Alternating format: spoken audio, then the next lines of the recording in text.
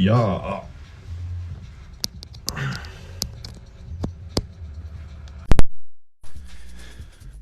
Yo, how are we? We're doing a stream, another stream. I'm going to get right into this because this is something I've been meaning to do for the last couple of weeks. I've been really slacking on the streams. I'm going to try and do them at least once a week, and then I'm also going to... what else am I going to do? I'm also going to try and do like some streams on Twitch, so that might be music production. We'll try and make a silly Billy tune together, and then also we can do a music stream that's like maybe do some video game streams on Twitch as well. So make sure you're following us on all the available platforms, Twitch, etc, etc.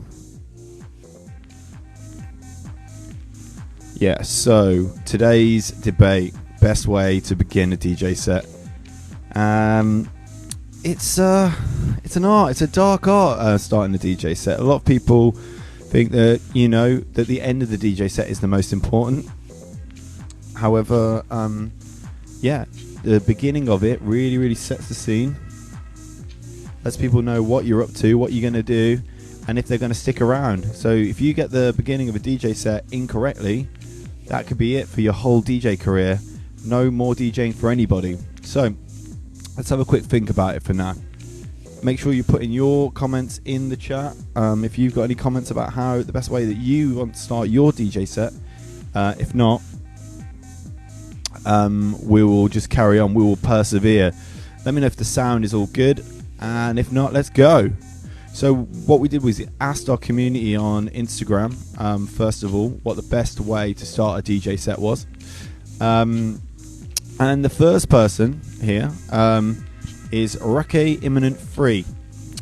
So Rake Imminent Free says, what about a 3-minute spin back on a 1/8 to build tension with super high pitched sound that will set alert mode on the guests?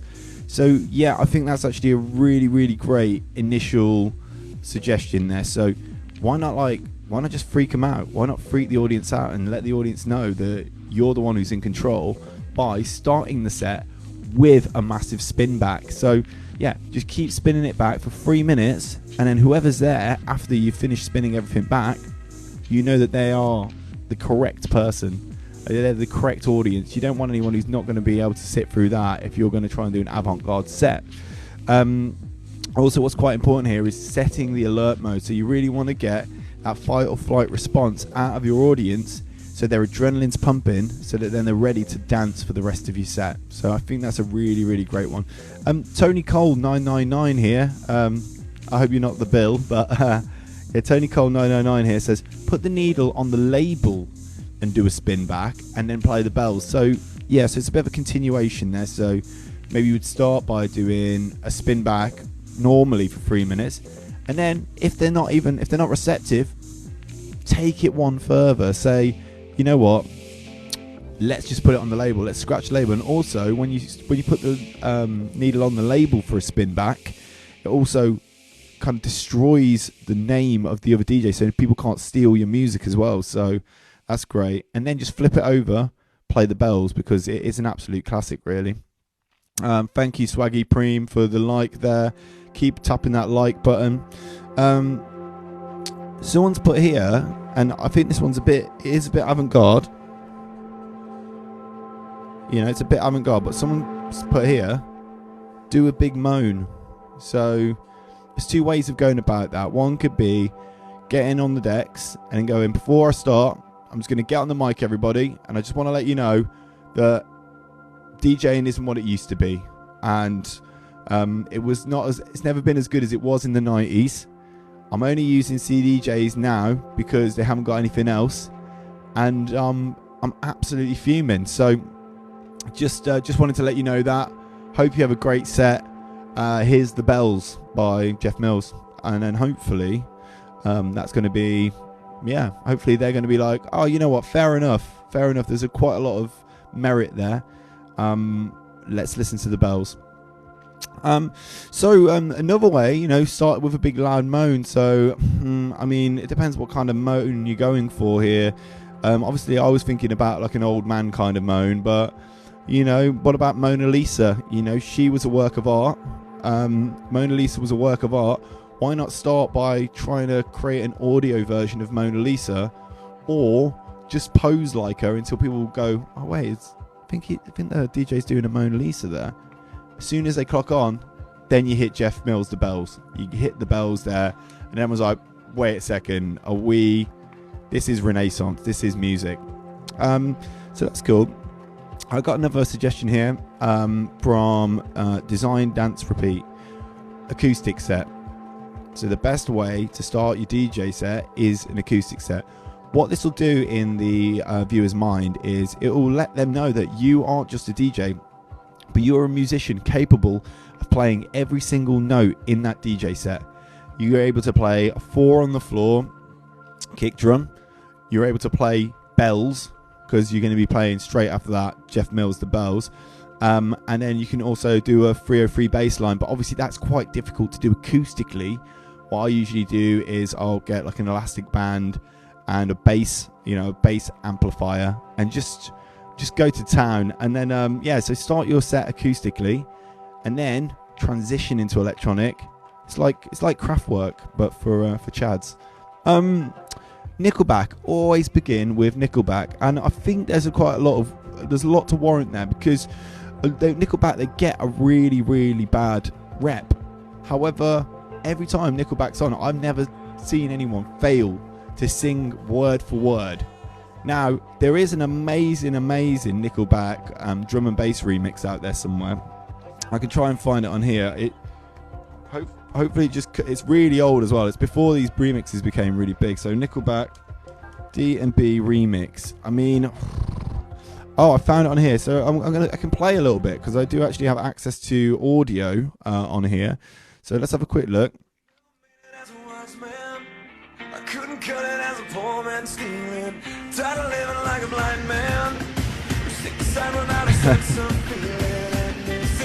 So this is how we start our DJ set.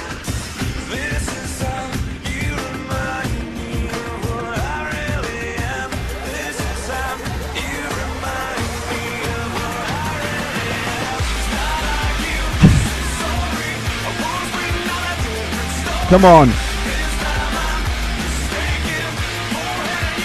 Come on, Nickelback. Bring it back now. You know what? I'm going to give you $1, not a nickel.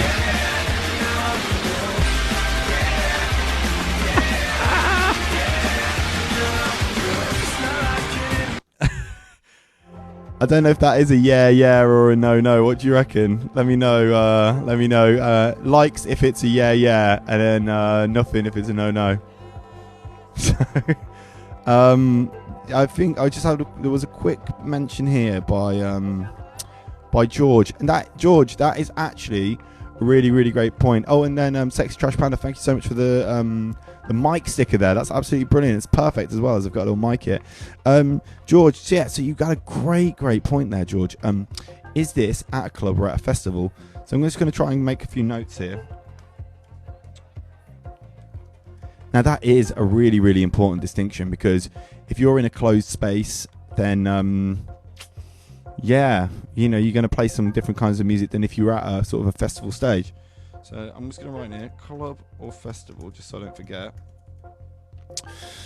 So yeah, I mean, let's unpack this. Let's look into this. So thank you, Crap, for the comment there, and thank you, Rocket Falls, for your comment. So let's look at this, club or festival. So if you're in a club, you're going to be in quite a closed environment where people are trapped. So if you're able to trap people in the club, for example, you can lock the doors when they're in, then you're able to start your set any way you fancy, really. Like there's a lot of different ways you can do it. Like one of the ways is, make sure you get a friend to bar the door shut, and then maybe just play Gabba for... you could play Gabba for the whole of your set. You could also just start your set with saying, I'm going to start my set in a minute. and then do that for an hour, just saying you're going to start your set in every minute. Yeah, Rocket Falls, you know Gabba. It's a type of hardcore music. I think it's from Belgium and Holland. And it's punctuated by extremely hardcore kick drums. Another alternative, what you could do is, instead of, say, Gabba, just play some extra tone. Yeah, so why are you questioning it, Rocket Falls? If you know what it is, why the question mark? Oh, sorry. So yes, so you could try some extra tone. You could try some Gabba. You've got them. They cannot escape. So when there's that kind of feeling of being trapped, yeah, you can almost do whatever you fancy. And I'll just let me just on the flip side, George. So when you're at a festival compared to a club, you want to kind of take a different angle, and that's where I would say maybe go for floor fillers. Anything that is kind of like is on the tip of, say, building, like so Bob the Builder, he uses a lot of different kinds of floor fillers when he's doing his DIY work. So any kind of floor filler you can use just to make sure that the dance floor is stable, and then people can come in and do whatever they need. I mean, there's not that many. I mean, my dad's got a JCB song. I would probably start my festival gig with that. Get people crying, get people emotional, and then take them to their lowest point, and then the only way is heaven from there. So yeah, I think that's really, really great idea. Jim B is saying probably a nice wet fart sound, and I think that's more of a. I think you're probably going to have to do that one at a festival, because if it was a really big, nice wet fart sound in a club, it might linger. It might take a lot of time to disperse, and I guess people are trapped in the club when you do it. As long as you lock the doors before you do it, bring your own mic as well, because no one wants pink eye. Especially not the MC. Because you don't want the MC like winking at the crowd or anything like that. So yeah, if you're going to do a big, nice, wet fart, I would say do it in a festival. But if not, just make sure that you lock the door of the club, use your own mic, and make sure. I would say this is really important. Make sure there's nothing else with it as well. Make sure it's a clear run, because no one wants to be the person who's on Instagram who's shut themselves on the stage. So just really, really think about what you're doing there. Make sure you've prepared. So Dan Gurney is saying here, nice name, is saying a nice wet fart sound only sounds good for a Function 1 rig, and I think that is a fair point. That is a fair point. Like Function 1 is able to create a lot of the bottom end response, or like the low end response that a lot of rigs do miss. So yeah, I would definitely use something like that. Or like a line array or something like that that's able to really capture the full essence of the cracker. Jim B, yeah, I only do it at festivals, TBH. Well, that's good, yeah, because I mean, you got to kind of work it out a little bit. Rocket fellas, do I hear some boards cannon in the background? This is Daniel Avery album Songs for Alpha, and the song's called Citizen Nowhere. So yeah, really similar vibe there. I like to open my sets with the raw recordings of people crying at funerals. Now, yeah, so people don't realise that the power of sound has the ability to create emotions and create a very visceral response. So if you hear a fart, you will begin to smell it. But if you play like the sound of raw recordings of people crying at a funeral, and it is legit, you're going to create an emotional response in people that it will be hard to beat. If you're trying to go for the angle of making people smile at the gig, yeah, maybe not the raw recording of people crying at a funeral. That's probably quite a bad thing. But why don't you just swap that theory out? Why don't we replace it with the sound of people laughing and cheering? Maybe at a funeral or something like that, laughing and cheering, and then everyone in the crowd's going to be laughing and cheering. So it's really just a different take on the same thing, really. Just a few tweaks, and you can like really create a huge atmosphere in the place. So Rocketfeller's good, so similar, great track. What's the name? The name of the track is Citizen Nowhere. Yeah, it does sound a lot like Boards of Canada. You are correct. Yes, so I would say, yeah, don't ever use the same one twice. Yeah, I mean, basically, I think if you're a DJ, and then this is quite important, and you play the same song twice in 2 different sets, that's cheating, mate. I think that is cheating. You shouldn't be able to do that. You shouldn't do that. You need to create a completely fresh set every single time you DJ with completely new music. Otherwise, it's cheating. And yeah, and I don't care if all the songs in the world run out. You know what? Stop cheating. And even if you play the song at home on your own, and then you decide to play it later, that's cheating. You've worked ahead. You're gaming the system.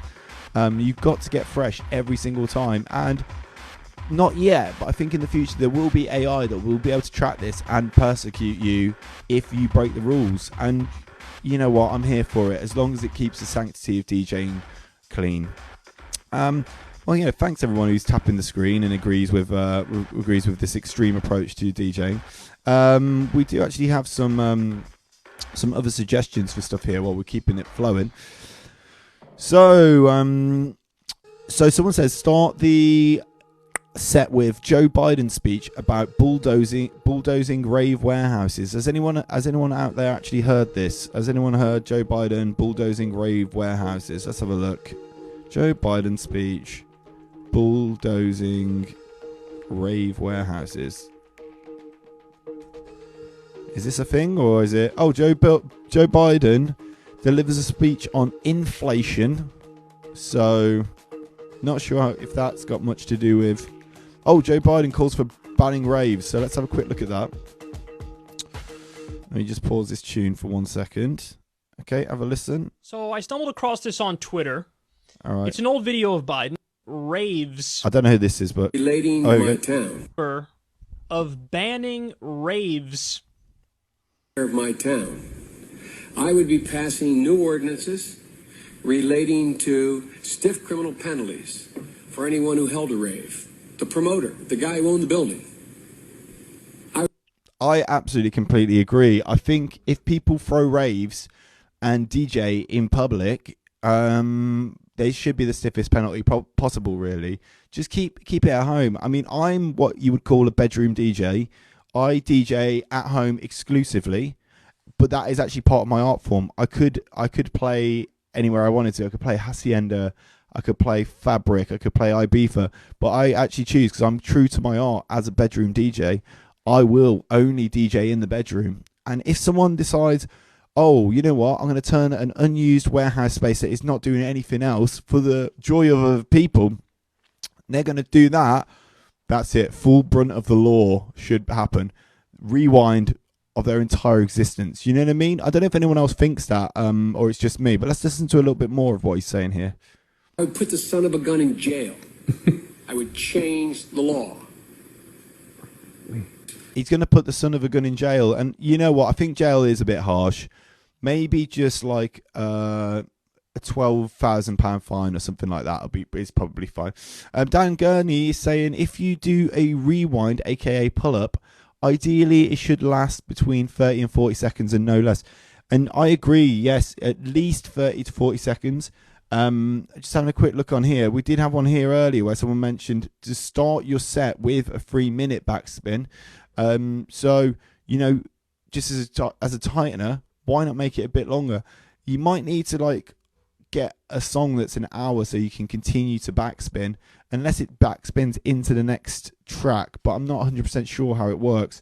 So that is a good point there. Let me just whack a little tune on it. Yeah, cool. Bit more tunes going on there. Yeah. So start off with a 3-minute backspin, and I think that's actually a great point there. So we've got DJ LeftCat V2 here saying, pro tip, start playing sound effects of audiences clapping and politely introduce yourself over the mic. Now, you know what? I think that's quite a bit. That's quite humble. That is. So just go in there and go into the set, and then just start doing the audience's clapping. If there's only 2 people in there, they are going to look around and go, "Where is that clapping coming from?" But the clapping's coming from your spirit. You know, it's coming from the soul of all the people that you've entertained along the years. Because that's how it works. The audience isn't just the amount of people that are in the room. It's the amount of people that you've entertained over your whole life. And a DJ could have, even if there's only 2 people show up, could have tens of thousands of people in the room with them. It's just simple clairvoyancy. So after that, you know, you want to make a really great impression, just like a job interview. I would say you should treat the way you begin your DJ set like a job interview.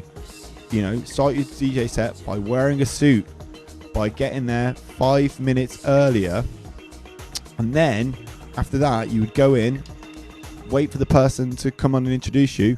You'd shake their hands and you'd look them directly in the eye, introduce yourself, talk about your interests. But remember, it's the job interview is a two-way thing. You are interviewing them as much as they are interviewing you. So make sure before you start you've asked all the relevant questions, like what's your experience, what am I going to gain from this, and then, you know, maybe start your DJ set when you're feeling entirely comfortable, but never a moment before. So treat your DJ set like a job interview is what I would say. So we've got Dan Gurley here. Dan Gurley saying, yeah, so do a spin back, but make sure you don't go too far back, because obviously spin backs do change time. They change the movement of time, and the movement of time, you know, if you go too far back, you might have to wait another hour before you can do your DJ set again. Same with fast forwards. You know, you don't want to do fast forwards either. So Dan Gurley, what about clothing? What apparel should I wear during a club set, for example? Any tips? Well, as I was saying a minute ago, I would treat the opening of your DJ set like a job interview and wear full suited attire, especially if it's like quite a warm club in Ibiza where you're really, really hot. Make sure that you've got the full buttons and tie on and blazer, and then, you know, if the job is at some sort of media company, yeah, okay, you can get a bit more formal, just wearing a Fred Perry polo. That can work quite well. What's you call it? Oh, pardon me. Yeah, but other than that, you know, just DJ naked, I would say, is probably a good way of doing it. If you DJ naked, then I think you're going to have like such a great career. I've seen people perform naked, and honestly, it's only actually elevated their profile, and I'm not even kidding. That's actually true. Jim B, I asked the bouncers to form a ring around the dance floor. It keeps everyone from leaving unnecessarily. And yeah, you know what? I must say that is actually a huge way of actually keeping an audience there. If you can't block all of the exits and the doors and you have the money, creating a ring of bouncers to keep the audience there is good. One, because you get to keep the audience there, but two, because the bouncers also become part of the audience. So it's a bit of a life hack to get a bigger audience there. If you've got 20, 30, say, bouncers, you're going to have a huge amount of crowd there, which you can entertain all night long, which I really love. I really love that. Cool. Sorry, Dan Gurney. I keep saying Gurley because it's like that DJ Steve Gurley. So I'm really sorry about that. I mean, I can't tell very much from your profile picture, but if that is incorrect, I'm very sorry. Rocket Falls is laughing. I see a DJ get his tie caught up in the crossfader once. He looked in pain but classy. Is that actually true? Because I think maybe what he was trying to do, though, he was trying to do like the sort of the cross promotion, which is what I call it, which is a sort of DJ move where it's a kind of a DJ style where you use your tie. So it's like business attire. And what you do is obviously the shirt, the blazer and the tie, you start incorporating them into your set. So, for example, if you've only got two hands to scratch with on either side, you can use your tie to do the stuff on the mixer, like the crossfade, etc., like that. And it's like having free hands. It's actually quite an incredible way of going about DJing. It's something that we don't see we don't see very much of actually. So let's just have a quick look here. Your P45 says, has anyone ever mentioned that you look like Don A. Soldier? I was like, oh mate, I absolutely love Don A. Soldier, and I think everyone should check him out. He's in Hampstead Heath at the moment, but he's such a soldier. He's a really great guy.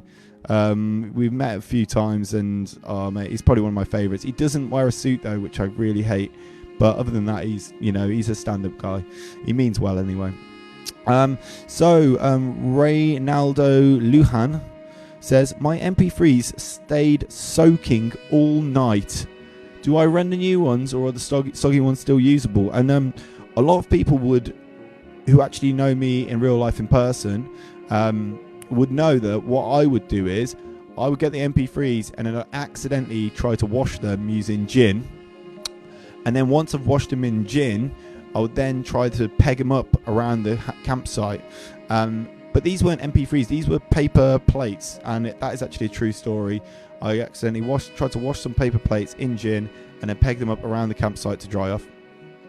So in answer to that, what I would say is they are still usable. They're not paper plates. They're still usable. You just got to make sure that that they're not like warpy. So if there's some way you can kind of like iron them before you start using them again, that usually helps. Chucky A Life is saying, my favourite is when the DJ gets on stage and presses play.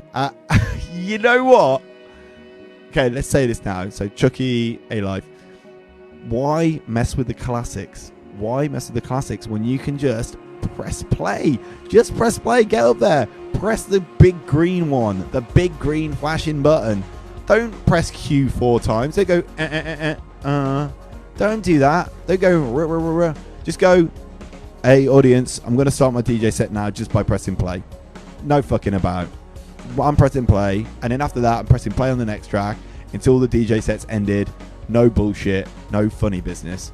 And the crowd are going to be like, we had no idea what the fuck you were doing up there anyway. You could have been doing anything. And you're like, sorry, what was that? Yeah, was that respect? So yeah, really great one there, Chucky Yellow. Thanks, Dan Gurney. I'll never mess around with your name ever again. Vocal track 100%. Yeah, so Dan is actually saying in relation to the MP3s, WAVs are waterproof and MP3s are not. So yeah, so that's one of the things. So if you're getting in a sweaty club, I would recommend using WAVs because they are waterproof, and MP3s can seep into, it can seep into the MP3s and break the deck. So yeah, they're really, really good. I'd say if you were playing at Burning Man, take some MP3s with you because it absorbs the water, which you can then drink later. And when you're playing your DJ set in the middle of an arid desert, so you're just thinking about the different situations you're in. I'd say like WAVs for playing jungle music, because jungles are really humid. WAVs are the way to go for that kind of style. I did see something here. Oh, that was it. Aura D&B says 100 vocal track 100%. So yeah, I would say 100% vocals, like an acapella basically, to start your set, and everyone's gonna be like, "Urgh." But then think about it like this, and play that acapella again, and then play another acapella, and then by the time it's like 20 minutes in, everyone will be like, wait a second, are we witnessing something a little bit different here? And I think a lot of people are going to be quite impressed with what you had to say there. Do you know what I mean? Or what you had to do. That's what DJing is all about for me. It's all about not doing what people expect and, ruining people's nights. But that's because you want to create a memory. You want to create a memory in those people's minds. So yes, Dan Gurney, I would say, yes, peg your MP3s.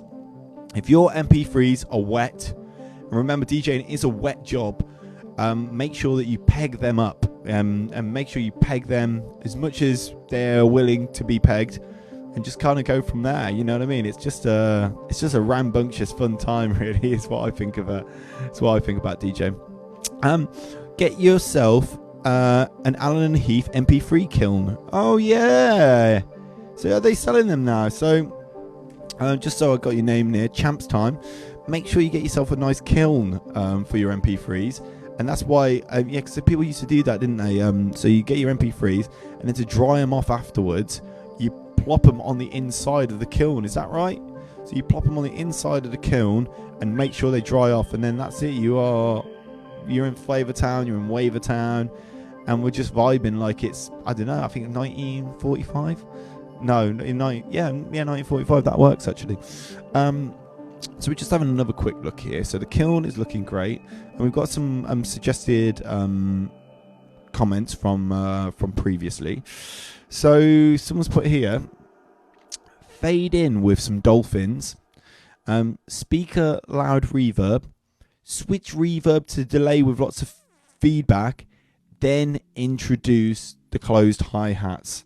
So I mean, we can try and get ourselves some like dolphin noises up here. One sec. Dolphin sounds, 1 hour. I might just start my DJ set with this. Yeah, so there's a video here on YouTube called Dolphin Sounds 1 hour. Obviously, make sure it's a YouTube rip. Here we go.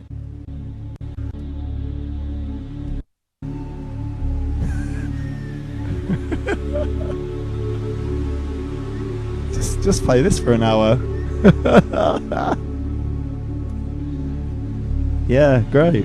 So imagine this fading in. Not hearing very many dolphins yet. Does anyone remember C-Punk here? C-Punk is a type of music that wasn't a music, or it might have been. Very dolphin orientated. Really took advantage of the sound of a dolphin. So definitely check out C-Punk if you haven't. It's been lost in time. No, I need just straight up. Oh, 1 hour of dolphins annoying loop.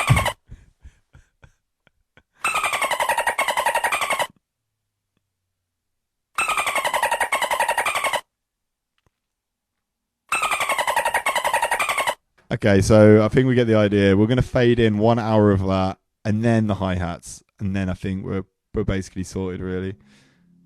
Okay, are you making noise? Okay, cool. So what about the bombs? How do we store our bomb tracks safely and securely? I think you need to store your bombs as samples on the sample track. And the way you do that is you put your bomb, I think you put it into record box, but you need to digitize it. So you need to get some sort of like, I think LiDAR scanner on your phone to take a picture of each of the angles, to turn it into a 3D object. And then you turn that 3D object, you open it with Audacity and then save as MP3. And then I think you put that into record box, and then you can like hear the sound of it exploding because it's being emulated. But it doesn't pose any threat, but you still get all the sort of explosive energy. I think that's correct, but you know, maybe if someone was able to look that up and check for sure. Yeah, dolphinrave.mp3. Yeah, I have that one in my track list. I don't play it anymore though, because I've already played it once, and you can never play a song more than once. It's lovely though by our Rocket fella. Champs Time coming with really good references tonight, Champs Time. I'm really appreciative of that. So that last bit sounds like Shambhala Festival, which is I think that's the festival that they go to in Avatar 2, where it's basically a sort of a festival that's underwater, and it's made out of, I think it's 3D, and then they use 3D goggles to go underwater, and then you're greeted by like a load of like basically like dolphin people or something like that. I've not watched it yet, but I'm really looking forward to seeing that bit. So we've got a few more questions here. Dan Gurney says, I used to DJ at Discovery Cove in Florida. This was my opener 3 days of the week. Yeah, I mean, when was this? Was this like 10 years ago? Because they've recently added a extra 4 days to the week, haven't they? Because it used to be a 3 day week. It used to be, was it Saturday, Monday and Wednesday, was it? Yeah, so they've added 4 extra days to the week, which I actually love because it gives you a bit more time to yourself. But yeah, so 3 days of the week, starting with dolphin sounds.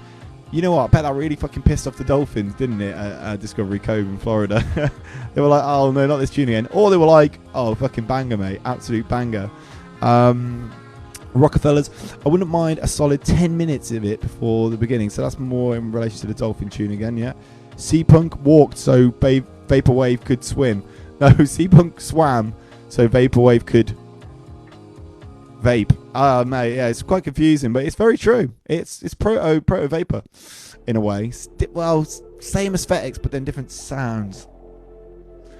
Yeah, we are getting deep here. We need like actual like publications to kind of cover this in more depth. Jack, I love it when the DJ and leaves. Yeah, so that's a really great way of starting your DJ set. Just DJ and leave. So you just a DJ, you go up there and everyone's like, oh, it's the DJ, and then just leave. Just leave out the side exit. Keep them guessing. Just keep them guessing, you know what I mean? Alright, that's it for my questions. Oh no, I've got a few more here. DJ and leaves. Oh, soft lighting Deaf Cult says, do they take MP3s at cash converters? And they do, actually. They do. They've got a no FLAC policy, which is really sad because FLAC, I would say in FLACs are like the I've got the short man syndrome in the world of music, because they're half the size of a WAV but just as great quality. So to all our short kings out there, FLAC, we love you, you're our short king. You know, why are you being discriminated by cash converters? I think it's sickening, really. I think cash converters should begin to take FLACs as currency. And I'm not going to rest until, you know, I'm not really that bothered, to be fair. I keep my FLACs nice and safe, but yeah, if you do want to sell them, I'd say just convert your FLACs to a CD and then just pretend that they're WAVs. 9 times out of 10 they don't check. One more track. Yeah, well, your name is like one more track, so what you should do is start your DJ set off and then say, sorry guys, this is my last track. And then everyone will be like, oh no, one more track. And you go, all right then. And do that for an hour. An hour of one more track. You're going to, the audience are going to be loving it. They're going to be like, oh my God, this is ecstasy. It's an encore forever. Until it is your last track. And then they're not going to believe you. And then you leave. And then they just get some sort of like Stockholm syndrome or something like that. But one more track. You did have a statement here that I'm going to read. Make sure you play your MP3s first in case they degrade throughout the night. Yeah, so we were mentioning this before. MP3s don't start degrading until you start playing them. So it should be safe as long as you store them correctly. You know, potentially make sure you've warmed them out in your Allen and Heath kiln, and then just kind of use them at a good time. But you know, as we were saying earlier as well, you might have missed this earlier. MP3s are not waterproof, which is good if you're DJing in the desert. So just look at your environment and before you enable your MP3s. And WAVs are waterproof, so WAVs are really, really good for like stuff like C-Punk. Dan get meant to type Vaporwave. Oh yes. I'm hilarious. I mean, this isn't a joke to me. It's very serious, but I really do appreciate the support. Nick. Spill some Red Bull onto the faders to make them sticky enough to grip correctly. This is very, very important. It's about the preparation of DJing. So, you know, the worst thing is you go out there in front of the decks and you've not checked whether all the settings are correct or whether it's set up to how you want it to be, whether the spin back and stuff like that is heavy enough or light enough for you to be able to spin back at a nice, correct rate. But also, what you can do is you can get the Red Bull and then you can dab some on your fingertips to make them nice and sticky, and then you're never going to slip off the fader, because you know when you do fader slip, that's actually I think cause of 8 out of 10 DJing accidents, where you lean into the fader but your thumb slips off it and you just end up just stacking it over the other side of the decks, and then you know people just see a couple of legs floating in the air, and you know it's very embarrassing. Just on top of that, you can have a sip of the Red Bull, which will give you wings, and then when your DJ set's finished, you just fly out of there, and everyone's like, what the fuck was that? And, you know, so that's just a lot you can do with Red Bull and DJing. DJ record pools are a rip-off. They are just regular pools with no deep end. And, yeah, well, that's obviously why they invented Deep House, isn't it? So DJ pools, which are, you know, pools of water designed for people to DJ in, are usually quite shallow if you go to the mainstream ones, but obviously there are oceans out there for DJs which go as deep as you want, really. And I'm really glad that Burial started playing when we started talking about deep music because it is very extremely deep. Why are WAVs are also Red Bull proof? They are, but the Red Bull does stick to the outside of them, so you need to be really careful. You know, you need to get yourself a nice cleaning solvent. Like I use the Allen Heath, was it solvent? It's just like a kind of a spray. It's a little bit like WD-40, but it's by Allen and Heath, and that cleans up your WAVs really nicely. You get a really nice shine on them, which sounds great on the system. Just having a quick look here, making sure I'm catching every comment here. Always make sure there's 3 empty cans of red stripe and the lost bank card in the booth before you play. Yeah, I mean, they are usually mine, so if they are there, just make sure. I think I usually have my phone number written on the back of my card and my address and name, so you should be able to get that back to me if you do have that. So it has all my details on the back of my card so that I don't ever lose it correctly or lose it fully. One more track here is saying limit hot cue use. They can often burn parts of your flats. Yeah, so I think the hot cue is something that we haven't spoke about in a long time, because a lot of DJs burn out extremely quickly when they start using hot cues, because the audience gets used to it and they think, wow, this guy's really good at cutting between the tracks. What happens is you're like, oh, no, I've only got a few hot cues, I can't really do this anymore, and it's actually really, really boring and long to do. But once your audience gets used to it, you can never go back to just being one of those weird like surgical mixers that doesn't do anything fancy. They just mix between 2 tracks. So once you go hot, you can never go back. But yeah, the thing is they were selling like hotcakes, which is really annoying because now everybody's got them and everyone's used to them. So you know, the level of DJing has risen once more. Burnt in the kiln of Allen and Heath. Just making sure I'm getting everyone's comments in here. Oh, we got a few there. Top tip. Oh shit. Top tip. Open with a mashup of the headline DJ's biggest track to hype up the crowd for the night. Yeah, so what I would do is usually, make sure if your DJ's playing, this is a DJ that's headlining, get their biggest track, because chances are the DJ has played that quite a lot and won't play it on the night. What also that'll do is it's going to get you respect from the DJ. They're going to be like, you've got great taste, that's my music. There's no greater taste than my own music. And also the promoters will see you, and it's all about being seen by the promoters and getting your name out. If you could actually like play an extremely terribly remixed version of their track that almost completely disrespects the notion and vibe of their track and is badly mixed, even better, because you know what, chaos is a form of creation, and destruction is a form of progression. So Knick-Knack, use YouTube to MP3 for more textures in high ends of tracks. You know what, I actually have been using no joke, a thing called Digitalis, which is a plugin that has a YouTube to MP3 setting, and it's crunchy, dude. It gives you a vibe and makes you think, like, sends you back to the 2000s. So that is not a joke, that's actually true.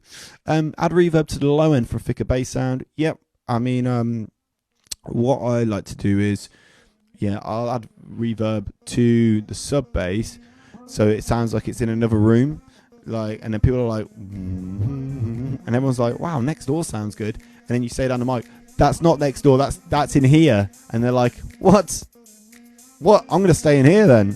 You know, it's a little cheeky trick that I think can get you quite far in this world. Gosh, there's a lot of comments coming through here. Let me see if we can go a bit quicker. Need an AC fan set up in the back to cool down all the hot cues. Yeah, so make sure there's adequate fanage when you're DJing, especially when you're using hot cues. Don't use them too much, otherwise you'll suffer from burnout. What do you do when your artist liaison knows more about electronic music than you? I think it's the job of an artist liaison to pretend that they don't know as much as the DJ, just to flatter them. So when a DJ comes in, everyone needs to pretend or to drop their intelligence by a few IQ points so that the DJ feels like they are the smartest person in the room, even if they just play, progressive house and deep house. Make them feel like they are the deepest person in the room.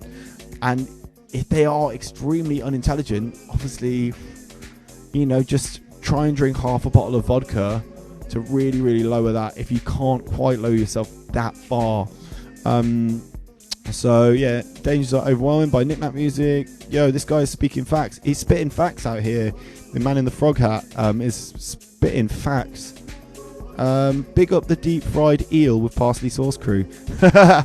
Oh mate, big up every single time to the deep fried eel with parsley sauce crew. You gotta, you know what? I like to start my DJ set with like a full English breakfast.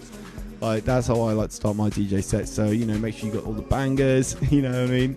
Yeah, you make sure you've got fried egg and then mushrooms as well. You know, if you know what I mean. And then by your end of your set, you're going to be full tripping and you're probably going to get carried out of there. But you know, everyone's going to think that you're really cool. Thoughts on VSTs, also known as venereal sexual transmission. How do these affect the WAV, says Reynaldo Lujan.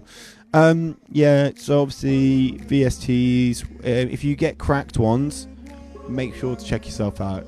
Make sure you go to your local health clinic. Don't share them with your friends, just keep them to yourself. And just be really, really careful out there. I mean, I always get a license for my VSTs. But when the license expires, you do run the chance of getting infected. So make sure you're well on top of it if you do decide to use it. Otherwise, just use hardware, your own, in your room, and you've got no chance of ever getting any kind of infection. Add moisturizing lotion to the subcones for more smooth low end. This is a really, really, really great point. I think that is something that I will do. I've seen people doing it. Oil of Olay all over the sub frequencies, and they've been squeezing out hits for years. Like if you look at David Guetta, his hands, like look at his hands next time he DJs, they're so smooth. He has got some of the smoothest hands, and that's because he will personally rub lotion and moisturizing lotion onto the subcones himself before every gig just to make sure it's done correctly. And then look at him, he's selling out, how many seater stadiums is he selling out? Like 50, 60 seater stadiums. And you know, some of those stadiums have tens of speakers in them. He goes around and he moisturizes each one himself. So, you know, put in that extra bit of effort if you can. Hi, I'm world-renowned Big Room A legend. I'm a world-renowned Big Room A legend, and I am here to remind Big P's keep the deck smooth. Yeah, so you just make sure if you've got the P's, the money, pay it forward, and you know, they're going to lubricate each deck for you and just keep the vibes rolling. And then finally, Dane Austin says Detroit techno is the only genre that will last. And you know, we were talking about like sort of liquid and deep music and stuff like that, and Drexia, it doesn't really get deeper than that, does it? Because it's got the underwater vibe, and they live down there, which is lovely. So someone's put here, they're going to start their set with, this is Space Cowboy performing on telly with Gaga, and I allow no jokes about any of this. Cherry Cherry Boom Boom. He can play without a disco and even without a CDJ. I've got no idea what this person was talking about. But just keep it smooth. Has anyone seen Smooth FM? Smooth FM is a UK radio station, and all they play is smooth all day long. Deep house, yeah. So when so that's actually a really great point there, Jack.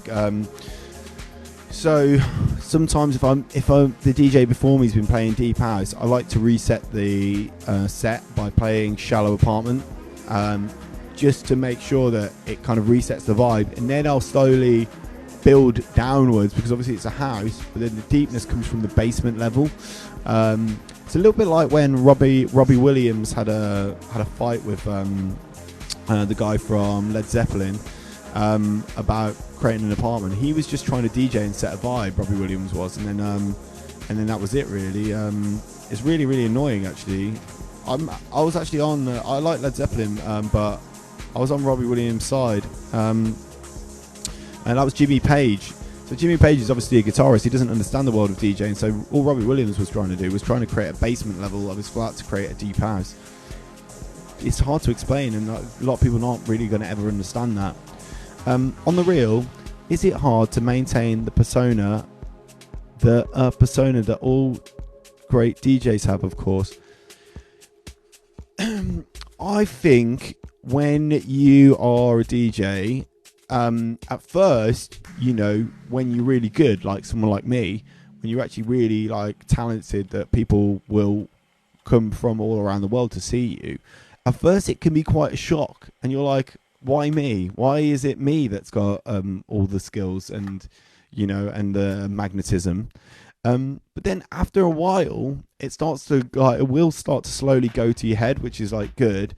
It cements this persona that maybe you were born better than everybody else, and you've got this gift that no one else can maintain, and you're exploiting it for lots of money and lots of fame, and you don't want to talk to anybody else because you're too cool. But what it turns out is that actually people are just practicing the low IQ method, where they allow you to believe that you are higher. So this is intelligent dance music. It allows you to believe that you're an IQ higher by them pretending that they're a few IQ points lower, just making you feel like you're kind of superior, when in actual fact they are just dumbing themselves down just to be about your level. It's quite a complicated one, but the more you get into the world of DJing, the more you will find that. Minimal, shallow apartment sets go down well, bro. Yeah, they go right down. Yeah, you're right. Yeah, that's funny, man. So how long have you been DJing? Me, I've been DJing probably, I think it's almost about 3 or 4 days now I've been DJing, and it's not getting easier. Like the first day, I thought I was doing quite well. The second day, managed to do my first mix. It wasn't in time, but it was my first mix. And then I think about day 3 or 4, I was literally DJing vinyl blind, just with the sense of vibration. And I think it can only it's only going to go uphill from here, So opinions on the removal of the slip mode button on the CDJ 5000 due to DJs slipping over during sets. It's about time, really. It is about time, because I've seen, who did I see? The Edge from U2. So he was using the CDJ 5000 as part of the new album campaign, because he got a bit bored of electric guitar. So he was like, you know what, I'm going to try and do something that's innovative. He slipped off the Edge when he pressed slip mode, and so the Edge fell off the Edge, and we were all there thinking it was part of the show. Like, we're like, yeah, but it turns out he was badly injured, and then they chucked the CDJ 5000. They chucked it into a kiln and melted it down, and it created a little statue of the occasion, and then sold it on eBay for I think £50,000. And I was like, that is crazy. They'll literally try and make money out of anything these days. But the CDJ slip button is extremely dangerous. I just don't know why they even put it on there in the first place. Yeah, okay, you can do some kind of like figure skating. It's very good for figure skating on the ice. It's great for toboggan and Winter Olympics, but for any other kind of normal time, it's just a health hazard. A long way you have to go. Yes, I've got a long way to go in my world of DJing. What kind of music you spin? I mainly spin electro swing. So that's my main type of music. Electro swing, and then sometimes like just ambient, like hardcore ambient. Just either get people dancing or get people thinking. That's my main thing. I don't really think about genres. I'm trying to get a controller, and I'm looking forward to get a standalone controller. Yeah. Oh, apparently Sonic the Hedgehog just joined the chat. So hey, how you doing out there, Sonic? Mate, absolutely, I'm a huge fan, mate. Absolutely huge fan. Sonic the Hedgehog, wherever you are, if you want to show yourself, give us a ring. Yeah. So you're trying to get a standalone controller. So I'd really love a standalone controller, because it is a bit of a pain. I've got a controller as well, just plug it into the thingy. But having a standalone one would be really cool. But someone said to me that the Denon ones, although they look good, they are a bit of a, they're a bit like janky and stuff like that. So I don't know if there's like XDJs or something like that. They're kind of sort of like standalone controllers, are they? Yeah, probably get something like that. Cool. I've been DJing for over 26 years now. So, Agrieve, you can probably DJ with your mind alone. You don't even have to think about it anymore. You just use telekinesis to put the records on the deck, and beat match by ear while also reading the crowd. Let me know if I'm correct there, because that's sort of where I feel like the vibe is going now. Lot money equals XDJ, little money equals Mixstream Pro. Let's have a look at a Mixstream Pro. Mixstream Pro standalone controller. New mark. Oh, cool.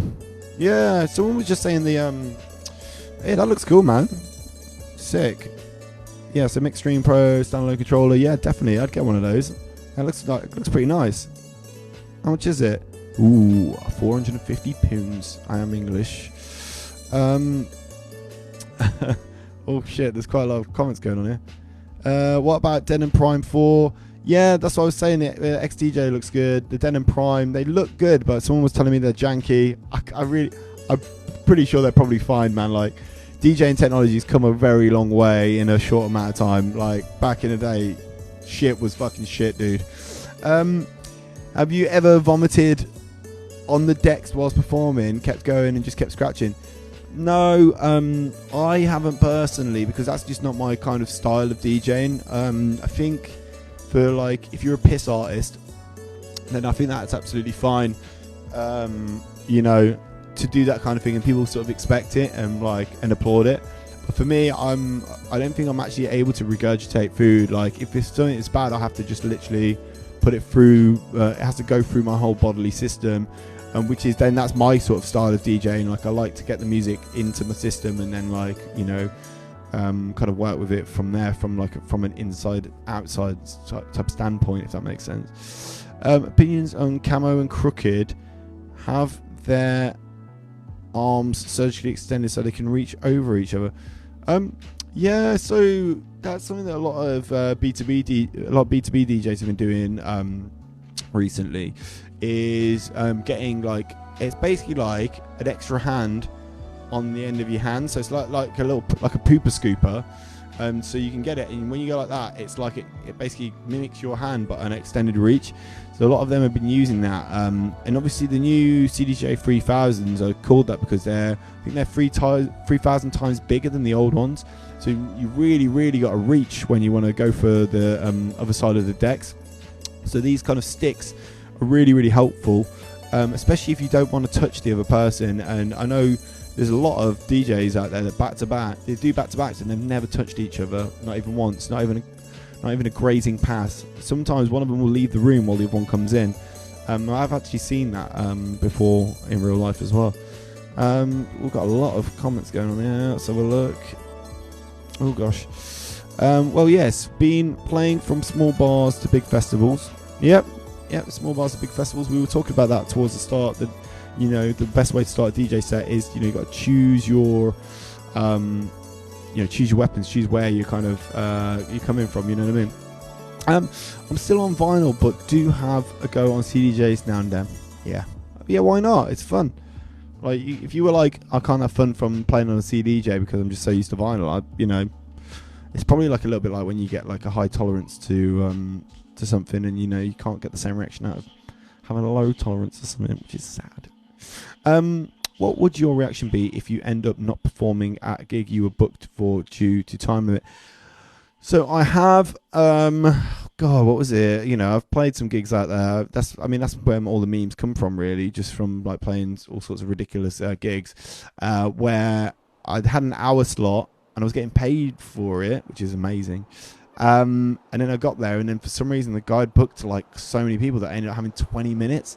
And at first I was like, oh, all right, you want to pay me to, you know, it wasn't very much. But he's like, you want to pay me to play 20 minutes when you were paying me to do an hour? And then it turned out that actually playing is really fun, and 20 minutes isn't long enough, and you were just only getting into it and just having fun.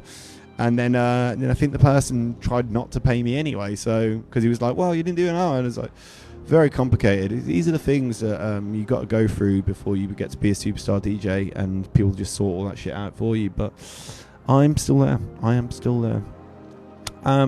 So when we have vomit protectors at our locals, as you say, it's quite popular these days, a bit of spew. But yeah, exactly. It's fine as long as you're using WAVs. They're waterproof. MP3s. It's just a danger and a litigation waiting to happen. Guys, I'm going to give a couple more questions, and I'm going to be chipping off because it is Saturday night, and I've got a lot to think about. Opinions on HeadX's new 10-track double drop lasting a full 7 minutes of drop. I've not heard that. But do you know what's really, really funny actually is I was noticing this the other day, and this is happening in drill and it's happening in D&B, and this is actually serious. The false drops are getting like longer and longer. So like, you know, it builds up, you know, like, and then it redrops and stuff like that. They've been getting so long now, like half the drop is a false drop now. And everyone's like, oh, oh, oh. And then like in drill, it's like waiting for the 808 to drop. So it's like, then it starts rapping. I'm like, and then the 808 drops, and you're like, for fuck's sake, that was like 16 bars of false drop. So that's actually true opinion. They're getting longer and longer, and it's only a matter of time before the whole song's a false drop, and then ambient music becomes popular again by accident.